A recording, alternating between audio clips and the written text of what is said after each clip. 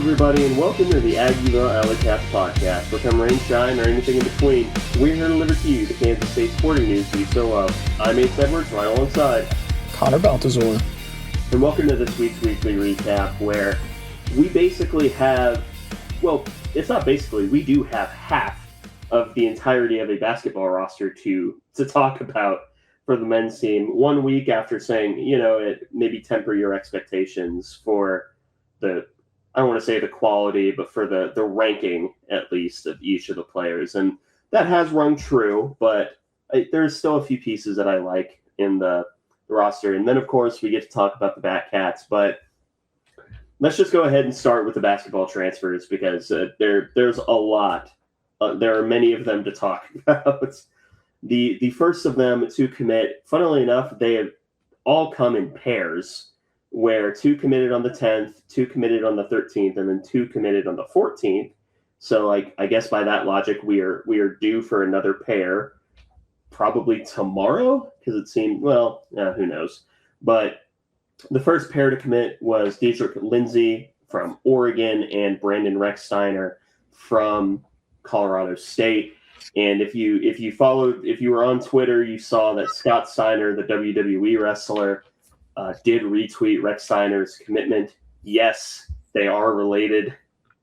Yes, it is pretty funny. That's Rechsteiner, the wrestler's his dad. Yeah, it's his dad. So and I think he has a cousin that plays college football at Eastern Michigan or something like that. It feels like a lot of those WWE guys end up having D1 athlete kids, which I guess that makes sense. Yeah, it tracks. But I don't know. It's just kind of funny because we're now we are naturally hitting the window where a lot of the WWE guys would have kids about that age, but it just feels like there's been a lot more recently. It was Brock Lesnar, his daughter, I think. His daughter, who looks exactly like him. Yeah, she was a really highly regarded shot putter, I think. Yep. Yeah, and it is genuinely it is uncanny how similar they look. That's a fun Google search if you'd like, because the first thing that you will get is a picture of them doing the exact same pose, and it legitimately looks like Brock Lesnar in a wig. But anyway, the first of the 2 commits was Diedrich Lindsey, and he's someone who was a bench player with a few starts at Oregon, averaged about 5 points a game, 3 boards, and this is, to me, a sort of potential add, and I think that this is going to become a theme with Casey Alexander, and I'm curious to see how this works. I think we said it last week where he actually does want to be more of the quote-unquote Houston model, where he does retain players, and transfer portal is more for picking up your one star guy or your one missing piece. He doesn't get that luxury this year, but I think just about everyone except maybe Rechsteiner and Shoot are sort of we'll keep these guys around. We see the potential in them. We see the talent in them. Maybe they're not the greatest in year 1, but getting a year in the system will really help them. And that, to me, is the perfect situation for Lindsey as a forward, 6'6", 215. So, all of these ads I'm good with because I'll be blunt. Anything that keeps Brock Weiss off of our starting 5 is a good thing for me. Yeah, Diedrich Lindsey, he's kind of an interesting story in that he's actually been at Oregon for 2 seasons, but he missed all of last year, being 2024-2025, with injury, and he got to Oregon via JUCO. So he's actually a pretty old player, but he was a really well-regarded JUCO player. He averaged 16 a game, shot 50% from the field and 41% from three. So like he's a quality player at the JUCO level, and honestly, like I think with some refinement to his game, could be a good role player for us here. Like uh, I think uh, he brings some interesting elements to his game as well. He's a hyper athletic player. Some of his dunk highlights are absurd. If you've seen Cohen Carr at Michigan State, some of his dunks, Dedrick Lindsey's, he doesn't have as many of them just because he didn't play as much and Oregon wasn't as good as Michigan State, but they kind of have a similar feel to them where they're very, very explosive. Like that's the main tenet of their dunks. But Lindsey, he's somebody coming off a year of injury. Maybe we look for him to take a step forward this next season. And honestly, like for his game, I was surprised at his 3-point numbers. Like they're not like incredible or anything. He shot just about 33% from three and only 40% from the field. So like not a great effective field goal percentage. His free throw percentage wasn't great either, but he was a solid rebounder. Didn't turn it over much either. Actually had more assists than you'd think. And he's listed as a forward, but he plays kind of as a wing. And I think he could be a 1-year guy, maybe two, if he's able to get some sort of hardship waiver for last year, for 2 years ago with that injury he had. But like he could be an effective player, especially if he buys in defensively. I think this could be a guy that ends up being a fan favorite and maybe ends up kind of being what everyone wanted Moby to be, which like it was kind of always wishful thinking with Moby outside of like the dunk at the end of the Arizona game. But he like, I guess Moby's thing was like he always like kind of played hard. It was like just like kind of a kangaroo out there, like just very bouncy, but didn't know what to do with his hands. And Dedrick Lindsey, I think, is a bit more refined version of that. So I'm really interested in what he brings to the lineup. Yeah.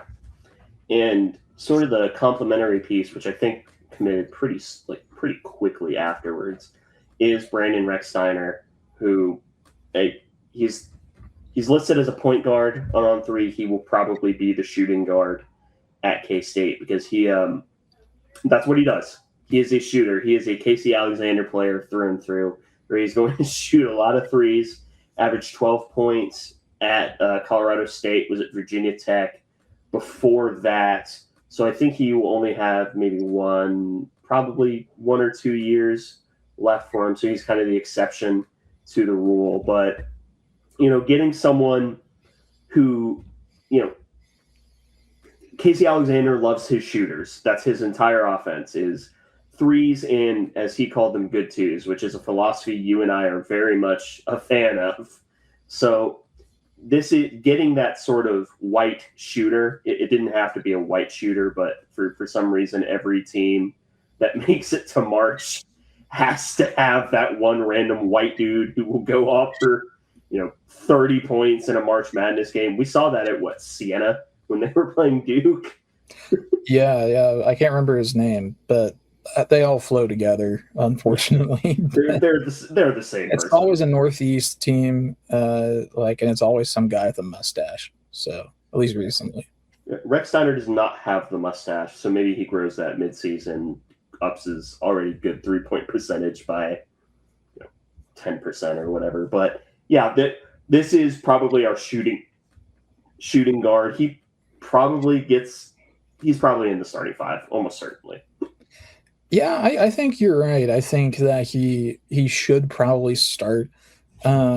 He's, I think, going to be relied on pretty heavily for this team, especially I bet early in the year. But he was a 40% 3-point shooter last year, and took way more threes than he did twos. He took 215 threes and 100 twos, but he made 56% of his 2-point shots. So like exactly like what you said, Ace, this guy is like a picture perfect fit for what Casey Alexander wants from an off-ball guard. He doesn't really have the ball dominant guard aspect to his game. Like I just don't think that's going to be like what he's going to be good at, and that's fine because not every player needs to be that. Like he only averaged 2.5 assists a game last year, and he started every game at Colorado State and played almost 28 minutes a game. So assists just that's not going to be his forte, and that's fine. But he's going to be well. We need him to be a great 3-point shooter, and we need him to also once teams are able to identify how good of a 3-point shooter he is, we need him to be effective in drawing people towards him. We need him to have a gravitational pull because there is a difference between having a gravitational pull on offense and being a black hole on offense. We've seen plenty of black holes on offense. I think of most of the post players in the Bruce era, like kind of being in that alignment. Doug McDaniel at times was that last year. PJ Haggerty, like even when he was good, he still was like the possession stops here, PJ Haggerty. But if Rex Steiner can and be effective at pulling people towards him, we have a lot of other shooters as well, and that's going to help us. One concern with him is he's like a little small. He is pretty small, honestly, for an off-ball guard. He's only 6'1", 190. But the rest of his game is still really effective. Yeah. And we got a complimentary piece who, honestly, is not the exact same player, but I mean, he's similar in Jaden Shutt. Now, Shutt is much bigger at 6'5", 180 as he's listed, but he's also another 3-point shooter coming in from Virginia Tech. Before that, he was at Duke for a while, so for as far as I'm concerned, Duke wanted to keep him forever and ever and ever. And we pulled off a massive coup between them and Virginia Tech. I will not be taking questions at this time. But again, very good shooter. I think him and Rex Steiner will probably be fighting for that starting shooting guard spot. Now, I will say, well, we can wait towards the very end for that. But I mean, shoots the ball from deep. That's him and Rex Steiner can duke it out for that position. Maybe it's a hot hand type thing. Whoever has the better shoot around gets the start for that night. But I haven't dove into any film on either of these guys, and I wouldn't know what I was looking at even if I did. So I can't really tell you who's the better defender of the two. I also know that Casey Alexander is not known for defense. So it'll be interesting to see how that plays out, because right now we have 2 shooters at guard, we have 3 forwards as they're listed. I guess 4 forwards. Brock Weiss is still on the team. And then a center. So we'll talk about what's missing from that list later on. But yeah, shoot, pretty much copy and paste everything I said about Rex Steiner. Yeah. Shoot, averaged 7.7 points per game. Both seasons he was at Virginia Tech. And he also he missed a year with injury. He redshirted after his true freshman season at Duke. He only played in 14 games that first year at Duke, but then he missed all of 23 to 24. And in those last 2 seasons, he's been with Virginia Tech. So this is it for him, but pretty similar stats for the most part. He actually did improve his shooting numbers a bit, though. From 3, he went from 35.6% as a sophomore to 38.5% as a junior, and slightly increased attempts per game. He went from 5 3-point attempts to 5.3 per game. And he did all of that while mostly taking a bench role as a junior, as opposed to mostly being a starter as a sophomore. But he's someone that we should be able to rely on for 2 threes a game at least. All shooters, they're going to have nights where they only get, like 2 or 3 points, and they're going to have some nights where they go off for like 24. We saw that with Bobby Bashir this year. We saw that with Brendan Hassan last year.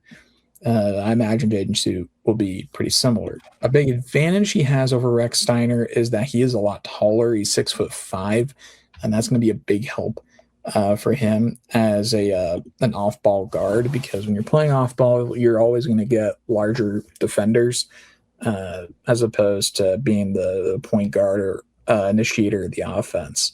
Now you're typically getting like the smallest and fastest defender, but that varies and exceptions to everything. But I'll be curious to see who among those two starts. I'd imagine Rex Steiner, I think, is probably the more startable player in that he is, I think, a better scorer at large compared to Shoot. But Shoot still, I think, is going to be a valuable piece off the bench. And yeah, Shoot way fewer 2-point attempts per game than Rex Steiner. 2-point attempts, Rex Steiner, he average, or it wasn't an average, he had a total of 100, average 2.9, whereas with Shoot, only 1.1 2-point attempts per game, which is more than many still, which is crazy. But he, at the very least, he's taller, has a higher release than just by virtue of being taller. At least he probably does. And that'll help him prevent as many 3-point shots getting blocked or tipped. So, but yeah, he's a Casey Alexander guy. Yeah. Now we can get in. These last three guys all have a through line in common, and that is all three of them are former 4-star recruits with eligibility remaining, which it is intriguing. The first of which is JT Rock, who is going to be, barring any, well, as of right now, he would be the starting center because he's the only center on the team. He's a 7-footer, 7'1". Started his career at Iowa State before transferring to New Mexico. Did well at New Mexico as a bench role, though he did start a single game, either 1 or 2 games, I don't remember which. About 6 points, about 4 boards in a game, and this is where Casey Alexander is starting to roll the dice on upside guys, which to me, there's nothing wrong with that process, especially when in year one, it might be a little tough, especially since funding is drying up for some reason. We can debate the ethics of that at a later date, but JT Rock being the big man, probably the starting big man for this team, yeah, that tracks he has that frame that you need, 7'1", 250, which that sounds like a lot. 250 for a 7-footer it's actually not, it's not as built as you'd think. Yeah, proportionally, that's I think about where you'd want to be. I think as an average person, I think typically the 7-foot plus guys, unless you're Wembanyama, you're kind of in that 220 to maybe about 250 range for basketball. It depends on your game.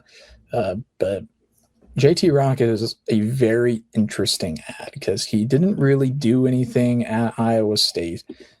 He was there for a year and left.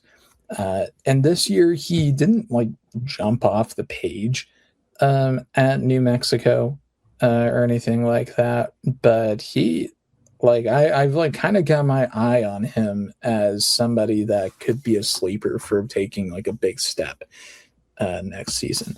He's got some elements to his game that really have piqued my interest. The main one being that he shot almost 40% from 3 this year as a 7'1", fairly traditional-ish big man, but he gives the impression of a traditional big man, but he actually has a lot more variety to his game than I was expecting.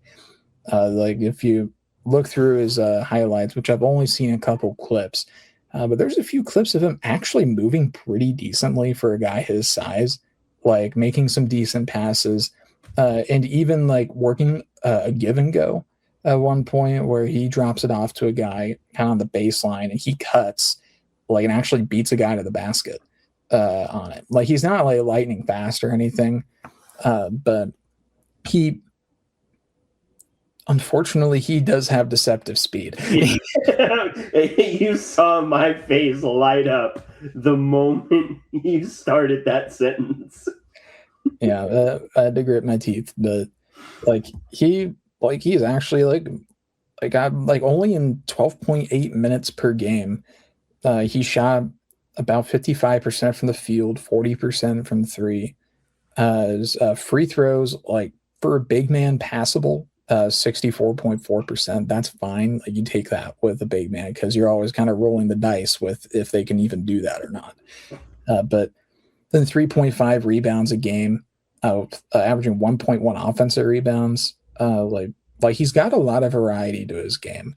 And another big thing for me, 1.4 fouls per game in 12.8 minutes. Like, you take that out to like 26 minutes a game, like you're looking at about 3 fouls a game, which like you'd like to keep that down a little bit more. But kind of tough for a big guy to do that. But I actually do kind of like this pickup. I went into it, like saw he was visiting and kind of didn't think too much of it. But the more I dig into JT Rock, the more I'm like kind of pleasantly surprised and think this could be a guy that if we're going to do anything next year, if JT Rock figures it out, he I think can raise the floor of this team.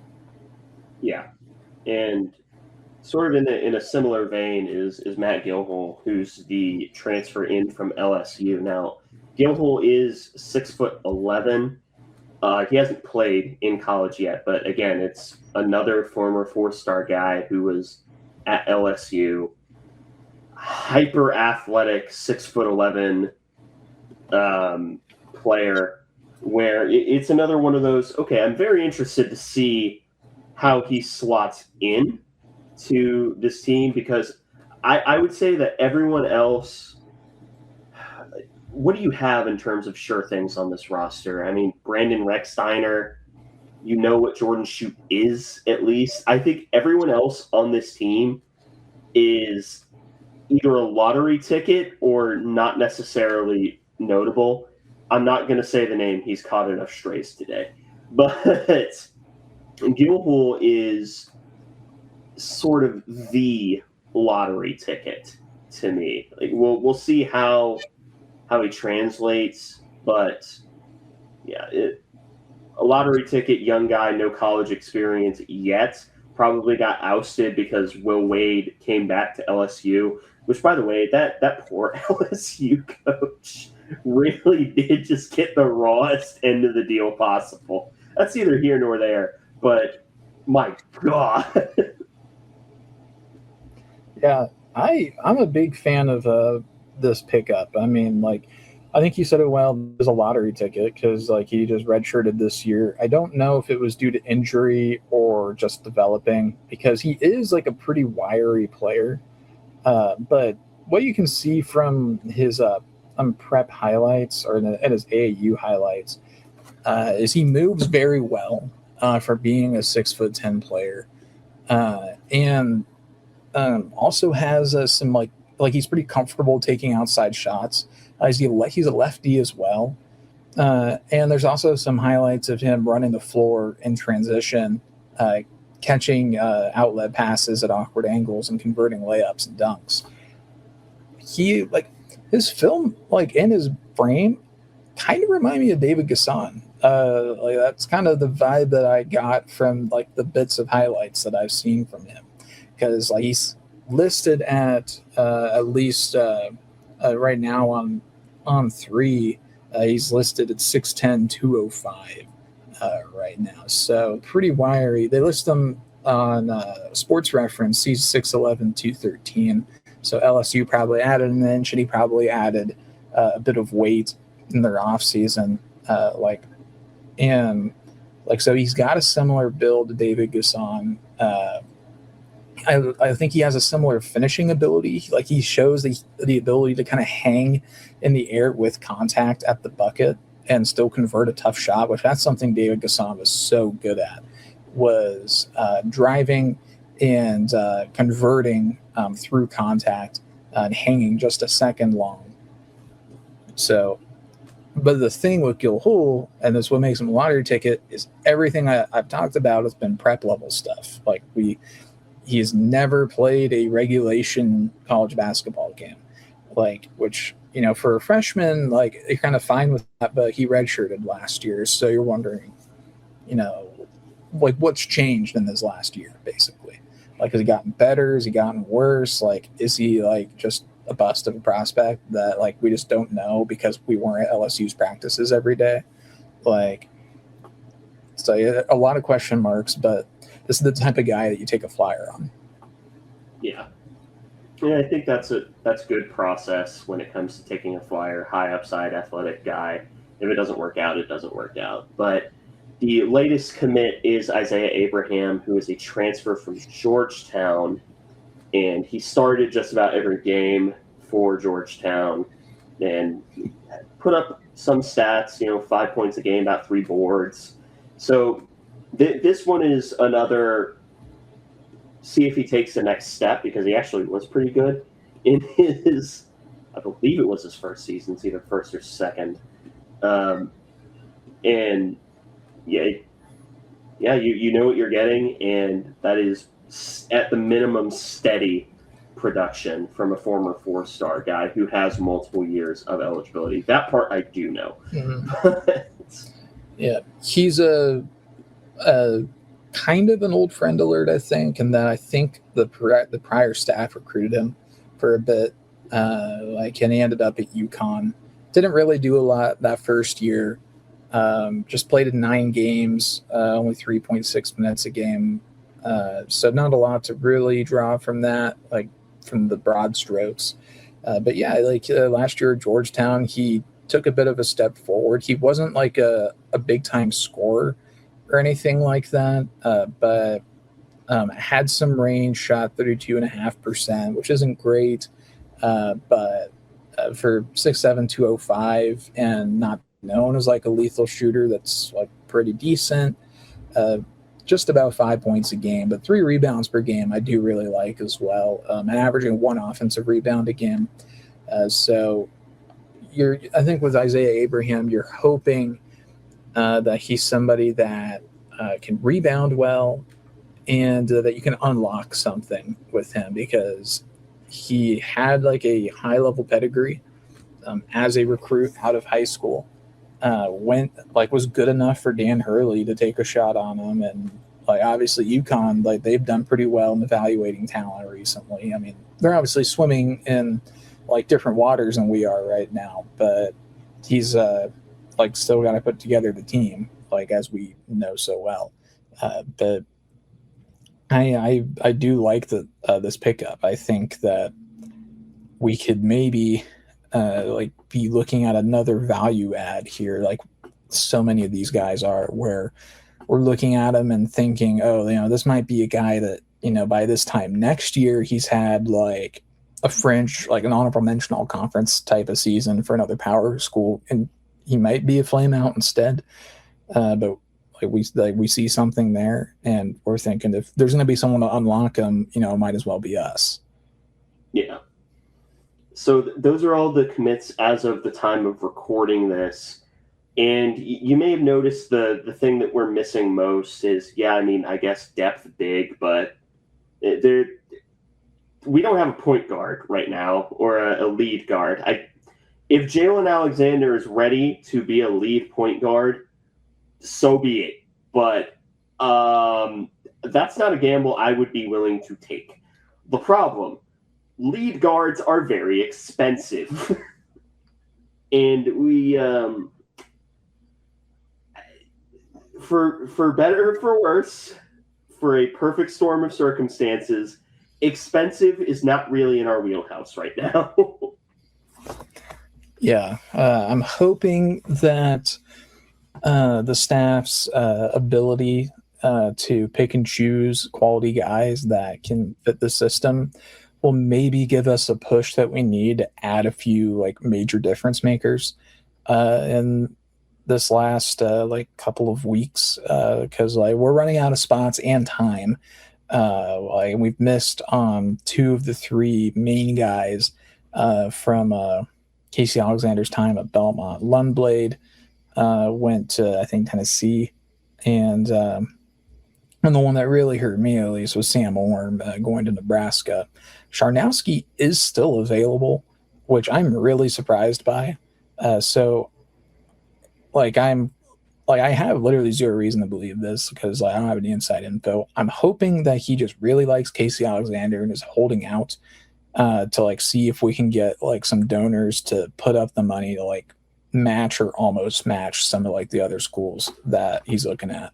Because Charnowski is a guy that can be like the difference between this being a team that like maybe goes a couple rounds of the NIT and getting to Dayton in the first four. And like the first four, like it's not glamorous or anything, but I'd rather make the NCAA tournament than not. So that's kind of where I'm at with that. And then I agree with you on needing a lead guard.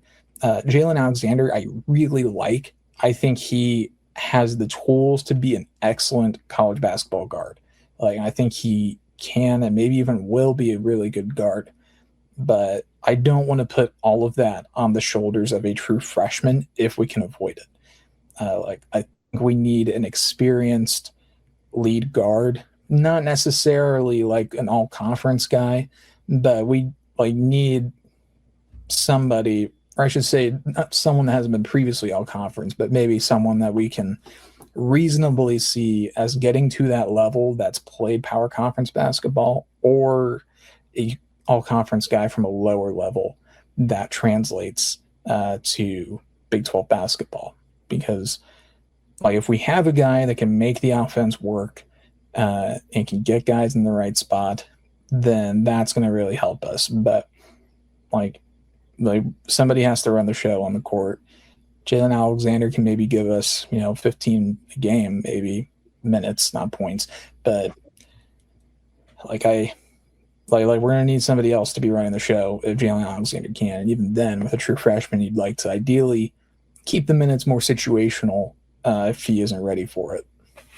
Yeah, and this is a controversial opinion, maybe it's not. This is where I really would have liked to keep David Castillo, but that just wasn't in the cards. Maybe he isn't built to be a true lead guard at this level.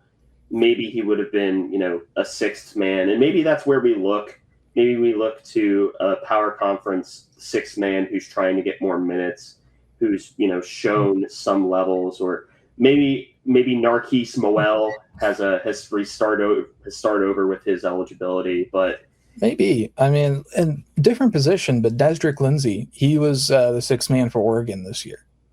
And he's somebody that wanted more minutes, and we were able to offer that to him, and he showed some potential as being like an athletic freak, but also somebody that has some shooting ability as well. So until we are able to get donations back up, until we have more money to work with, which, for what it's worth, trade football success for like men's basketball having to kind of fight for scraps for a little bit. Sure, that's fine. I'd rather not make that choice to begin with, but like if forced to make the choice, I'm probably going to pick football like 10 times out of 10. But that doesn't mean I want basketball to be bad. It means I'd like to be good at both, actually. If we can have that as a treat, please. Yeah. It also did surprise me that Andre Kostic is coming back. He's the lone returner from the roster. I was very surprised by it because from hearing that, I guess he was very close with Coach Tang, which for one, that surprised me on its own because Kostic seemed to be constantly in the doghouse this year. So I'm surprised that the two were apparently so close. But if you look at it, without any biases built in, he really does kind of perfectly fit what Casey Alexander wants from a wing.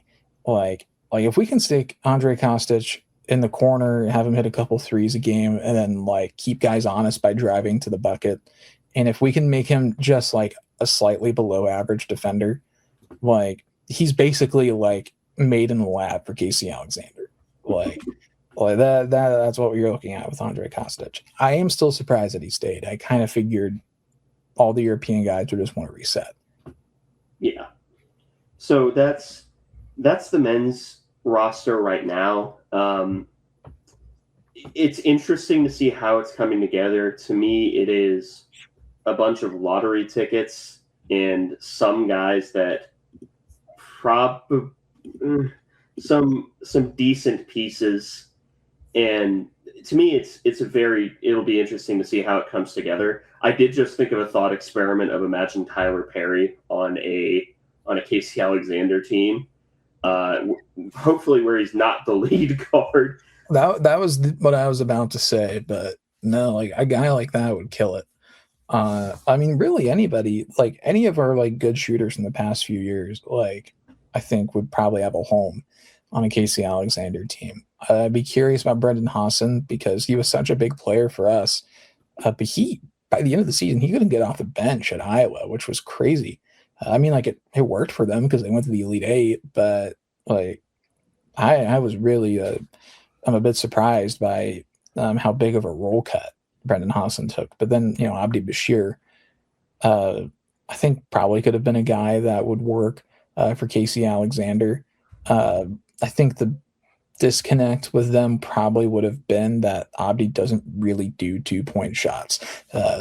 He's like 3 or nothing guy. And when he does do twos, Abdi actually did like take a not insignificant amount of mid-rangers, like proportional to the rest of his 2-point shots, which that would have probably annoyed Coach Alexander a bit too. But we'll never have to know because Abdi, I think, was going to visit Duke. I think he's visiting St. John's. Like he's going to go be a mercenary for a team that wants to spend a lot of money and try and buy a championship.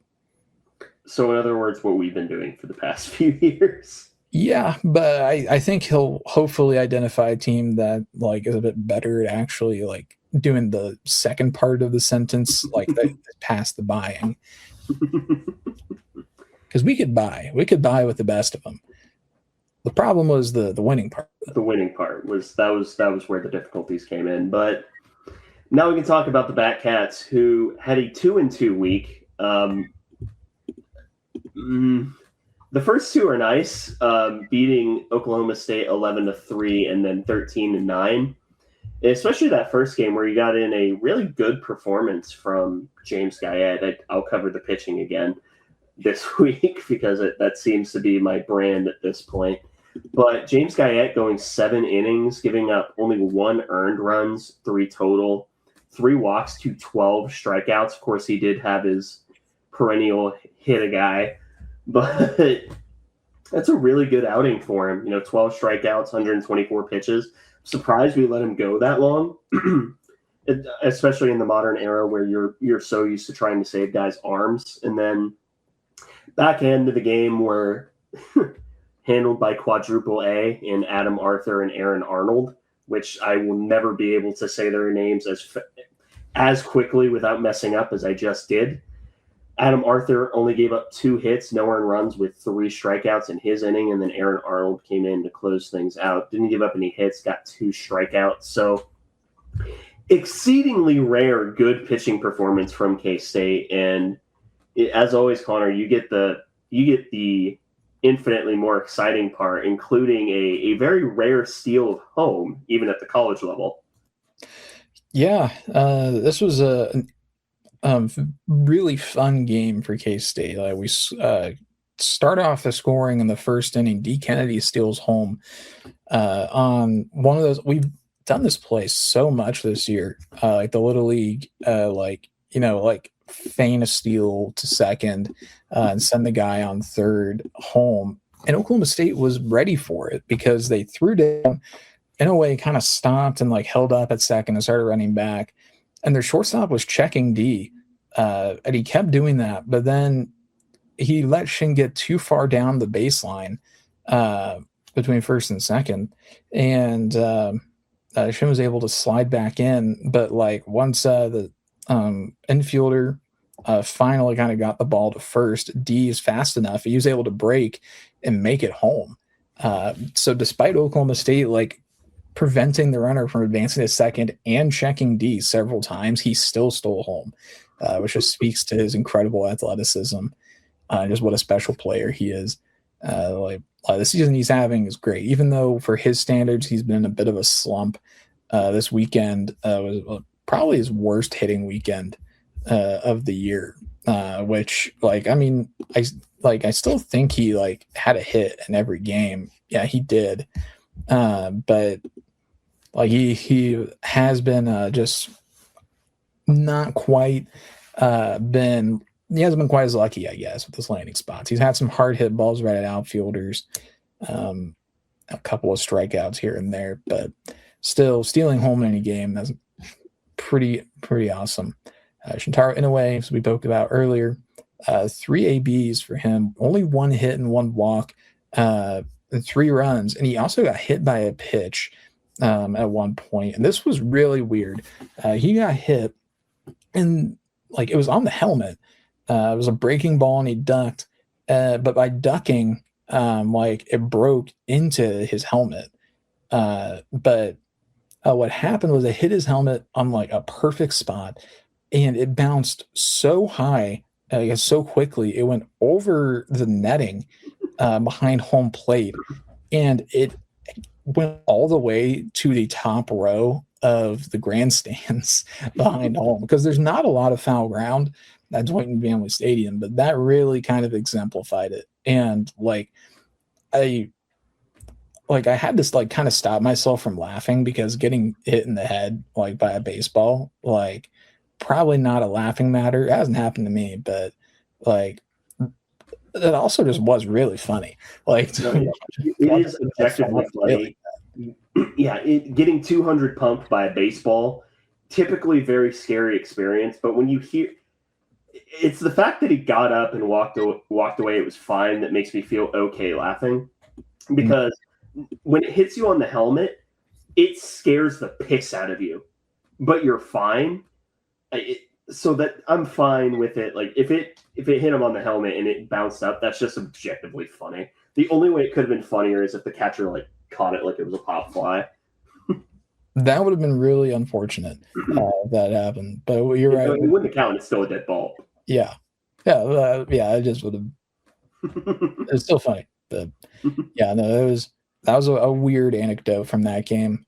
Probably going to be one of my prevailing Shintaro Inoue memories. Carlos Vasquez, he went 1 for 3 in this game with an RBI and a walk. Bear Madliak, he had a great game, 2 for 4, 3 RBI, drew a walk. So a good game for him. AJ Vasco, 2 for 5 in this one with an RBI. He also doubled. Grant Gallagher, 0 for 3, but did draw 2 walks.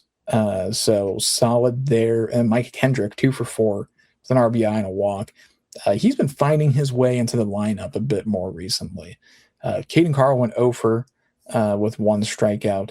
But good on Micah Kendrick. He was in the lineup a lot early in the year, kind of slid out of it recently, but just found his way back to being in the lineup as a DH. So good on him. Yeah. Then the next game for K-State was actually a comeback victory, 13-9, and not the greatest pitching performance in the world. Lincoln Sheffield, 5 2/3, 5 earned runs, 6 total, but 9 strikeouts. So making up for it somewhat there. Then Miles Smith goes 1 2/3, 3 earned runs off of 2 hits, a walk, and 3 strikeouts. Then Adam Arthur, who thank God Pete finally heard us and said send in the correct lefty. He goes 1 2/3, ends up getting credited with the win. Doesn't give up any hits or walks. Gives up no base runners, in fact, with 2 strikeouts and only 26 pitches. So for the bullpen, it was a fine day. For starting, that's college baseball. But yeah, this one was a really exciting game towards the back end, because we did kind of get jumped on early. But it's the last 2 frames where in the 7th and 8th. We scored 4 and 5 that made the difference. But, and with a guy like Sheffield, he's a zone filler primarily. So he misses a lot of bats. I mean, he struck out 9, which was excellent. But the problem is then he also gave up the 7 hits and 5 earned runs, 6 total runs. But that's just kind of how it's going to be with Sheffield sometimes. But for the most part, he's one of the pitchers that I've been most comfortable with seeing on the mound this year, which isn't always saying much. But Sheffield, for the most part, has been solid this year, and the 9 strikeouts are still good. Unfortunately, not for Miles Smith, and glad Arthur was able to clean it up. D. Kennedy, another 1 for 5 game from him. Shintaro Inoue went 1-2 with 3 runs, a pair of RBI, and 3 walks. And he also homered in this game. I didn't mention it, but he hit a home run the previous day as well. So back-to-back home run days for Shintaro Inoue. So good for him. Pierre Madliak went 2 for 4, 4 RBI, a walk, and scored 3 runs. He homered as well. Micah Kendrick went 1 for 5 with an RBI. And then Carlos Vasquez 1 for 3 in this one. Kyan Lotus, he came in as a sub and scored 1 run. And I can't remember how he reached. He might have just been a pinch runner for Vasquez because Vasquez did get hit on the wrist in this game, and they had to go review it. And they had to overturn it, or no, they upheld it because they gave him first. Oklahoma State challenged because they were saying it hit off the bat, but it did in fact hit his wrist. So they confirmed it. I think he may have gotten hurt from that because we didn't see him the rest of the weekend. That AJ Vasco had a big game, 3 for 4, 2 runs, 2 RBI, hit a home run as well. Brent Gallagher 2 for 5. Same line for Smolinski. He went 2 for 5 as well. And Caden Carl 1 for 4. With a walk and 2 runs scored. So really top to bottom, everyone had at the very least an okay day. So you got to be pretty happy with that. D. Kennedy 1 for 5. He's just going through a bit of a funk for his standards. For most players, they'd probably be feeling average about what D. Kennedy's doing right now. Maybe one a bit better, but for D, this is probably the worst stretch he's had all year. But that's not a slight at D. He's still been playing well otherwise, and he at times has gotten a bit over anxious to hit the ball, and at times you see him slip to old habits, reaching for the old slider out of the zone. But for the most part, he's been staying disciplined, even though at times you can see him physically restraining himself from biting at the outside slider, when he pumps and holds back at that, you can see him step out of the box briefly and be upset with himself for even thinking about it, which is a bit funny to watch. But old habits are hard to break.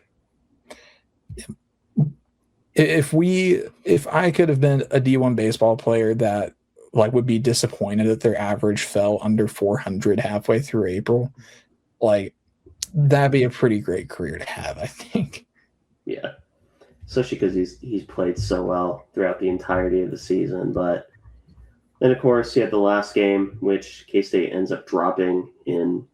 It was another frustrating one, but it doesn't hurt as bad knowing we took 2 of 3 from the series, and that was kind of the goal that I personally had going into it. You needed to take this series because I think that it would have been the difference between getting on a more favorable 3 line and getting nuked from orbit on a 1-3 line. So winning the series, fine. Oklahoma State jumped on us early. We responded, and then they just sort of separated towards the back end. Getting those 3 runs in the 9th hurt so bad. Then they just outlasted us on the last day. And when I say outlasted, I do mean that because, good Lord, the amount of pitchers that both sides use.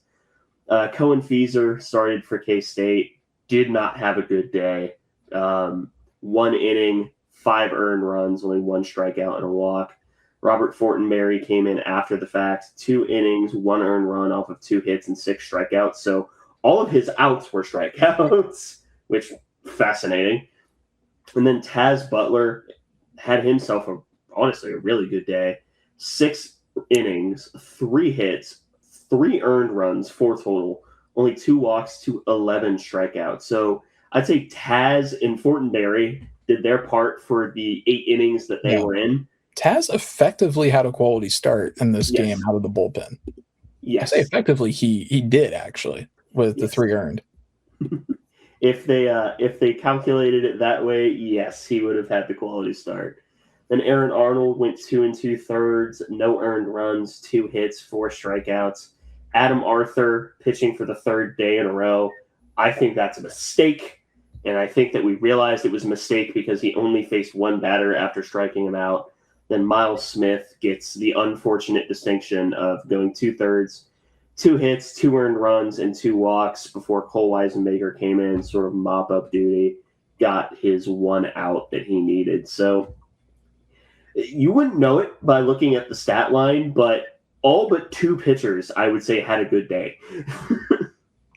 Yeah, it is really unfortunate that it went this way because K-State was right in it, but Butler, I know we really wanted to get him that 6 inning out of the bullpen win, but I think we just left him in there to hang for a little too long, which Pete does do sometimes. If a guy's about to cap off a fantastic outing with a big moment, he does leave guys in, but it really bit up in this game because we should have won this game, but instead what happened, gosh, it hurts to even look at it, but Butler allows runners on 2nd and 3rd with no outs, and then we get a line out to shortstop, a strikeout looking,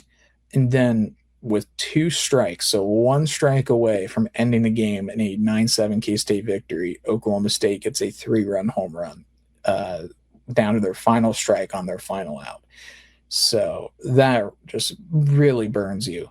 Luckily, we were able to salvage the tying run on the bottom of the 9th to keep playing, but that really took the wind out of our sails, I think. Aaron Arnold did all he could for 2 2/3 after having already pitched that weekend, which, huge shout out to Aaron Arnold for being kind of a revelation out of the bullpen.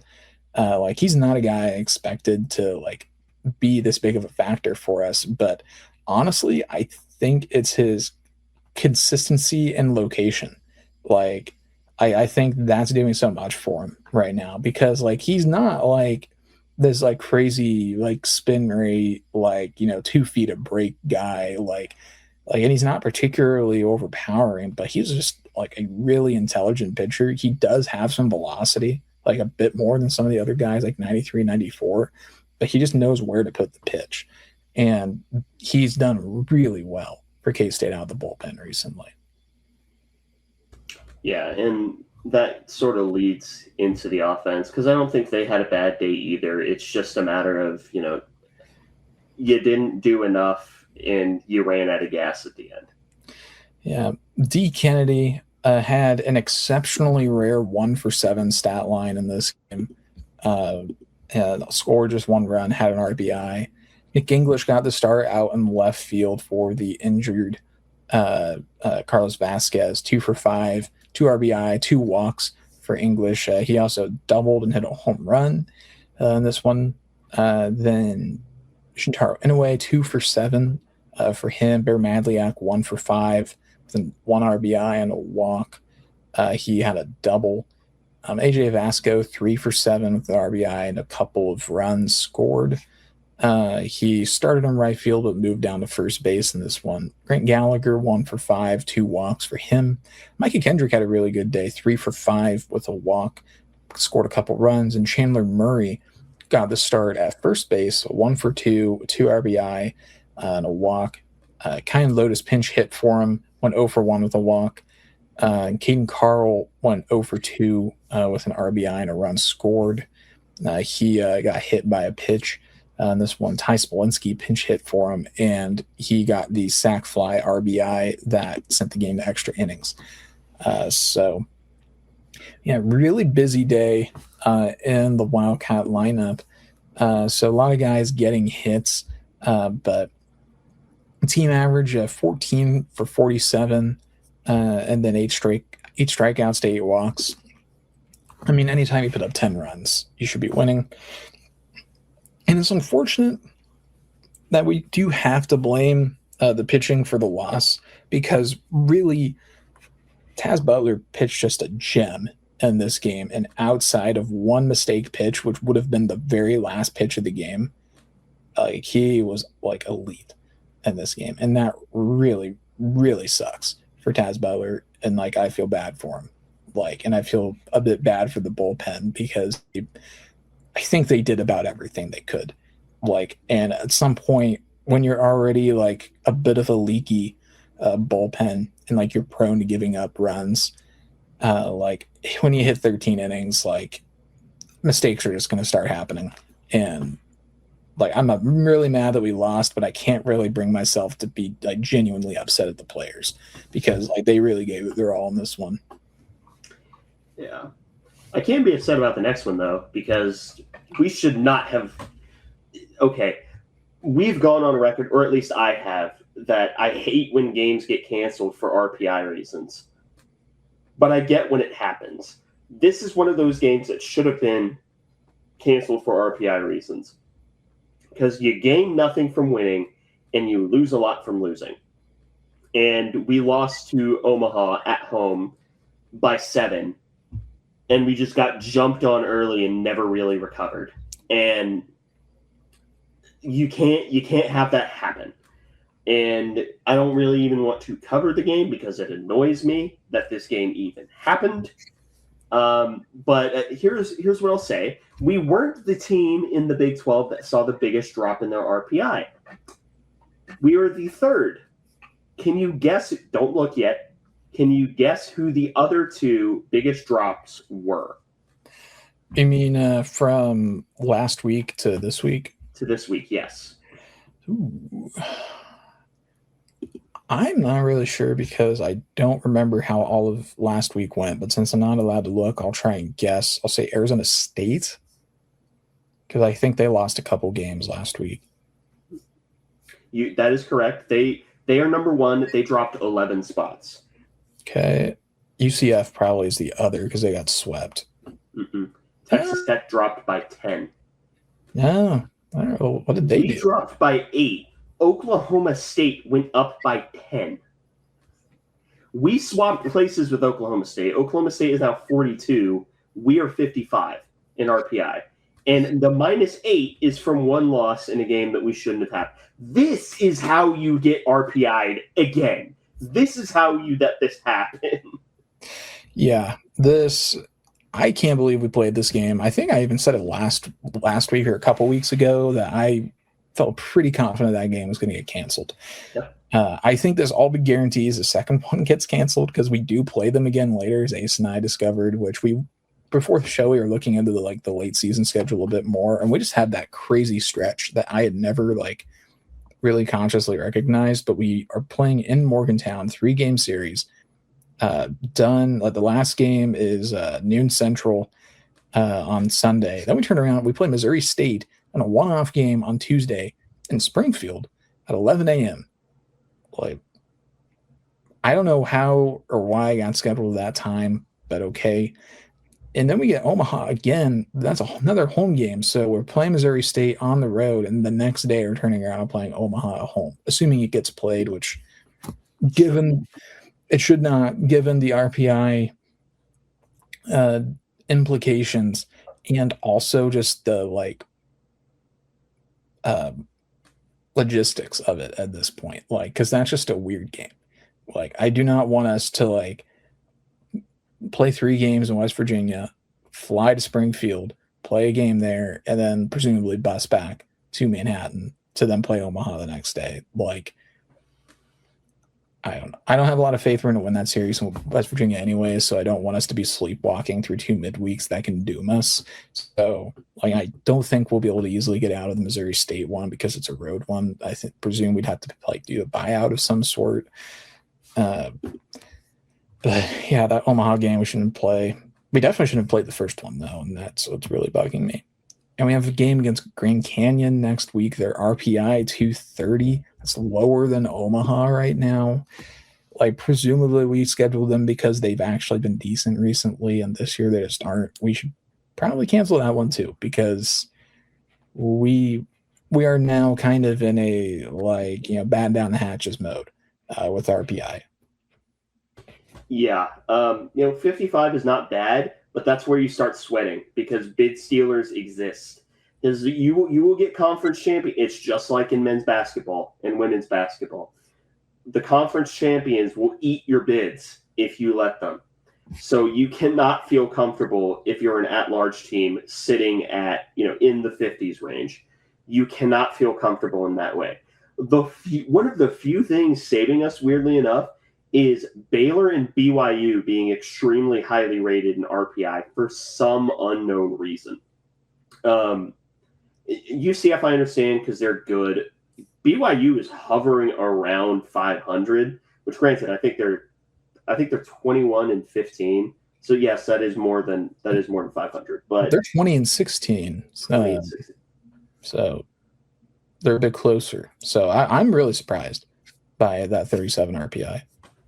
Yeah, we're kind of getting bailed by that. KU has unfortunately seen a massive uptick in their RPI. That'll be a very big series again. That's another one you need to win at least 2 of 3 because we're at the point where the only series we can really quote unquote afford to lose is West Virginia. Cincinnati is comparable to us. UCF, I don't even if it's an away one, you need to steal a game at least, and you ideally need to win. West Virginia, I think, is the only team good enough where you could say where a committee will look at it as like, yeah, they lost, but that's probably a quad 1 series on the road. So, you shrug your shoulders and take that. The margin of error is razor thin for this team right now. Yeah. Like, also checking on BYU. Since we blew them out 16-3, they are 7-2 and have won their last 6. And that includes a game today. They run ruled Arizona State. Word? Yeah. What's up with that? Huh. Is the Big 12 cannibalizing itself meme has reached baseball. Yeah, and the scary part about that is that means right now the team that benefits the most is KU because they just swept UCF at home and they've got a pretty favorable schedule. So it is our duty to sweep them when they come to Manhattan. Yeah. Anyway, that wraps up the news segment. Do you have anything else to add before we sign off? Yeah, we've got the women's basketball commit. That's right. We have Shyla Ende. Was a Spanish international player. Was teammates with Gina Garcia. And she, I think, was listed on FIBA as a 5'11", but K-State already has her listed, and they have her listed at 6'2". So she either grown a bit or we are really embellishing. It's probably somewhere in the middle, like she's probably like 6 foot or 6'1". But I really like her game. She's a really excellent rebounder. In both of the kind of FIBA national teams, like she's played on, her rebound and point numbers have been pretty similar. In fact, in the U20 Eurobasket with the Spanish national team, where Gina Garcia was with her, she had 6.9 points a game and 7.3 rebounds per game. So that was 10th in the tournament for rebounding. And then the U19 earlier that year, she had 6.2 points per game, 5.7 rebounds per game. So potentially an interesting ad there. And I like the women's team. I like their use of international recruiting. I think they've really gone out and gotten some really good players so far. I was happy with all the ads internationally from this past season. And a teammate, Gina Garcia, is a friend of mine. So help elevate Gina Garcia, even though she's honestly probably was the best of the players last year, which is crazy to say considering there was a 5-star who just got unloaded a dump truck of money onto her front lawn to go to Oklahoma. Yeah, it's really a shame, but like, if they were paying her what she allegedly was getting, then like, good riddance, I guess. Like, I really nothing else to add on it. Like, yeah, no. Anyway, with that piece of news out of the way, thank you all for listening to this episode of the Aggieville Alleycats podcast. If you want to follow or contact the show, you can follow us just about anywhere at Aggieville Alleycats. And if you want to email us, we're aggievillealleycats@gmail.com. If you want to follow us on a more personal note, I'm at ACEdward00. I am at Connor Boutsor, capital C, capital B. And if you want to support the show financially, please be sure to check out the official Aggieville Alleycats merch store, link found in our podcast and Twitter bio. But most importantly, thank you all for listening to this episode of the Aggieville Alleycats podcast. Where come rain, shine, or anything in between, we're here to deliver to you the Kansas State sporting news you so love. Stay safe, Alleycats.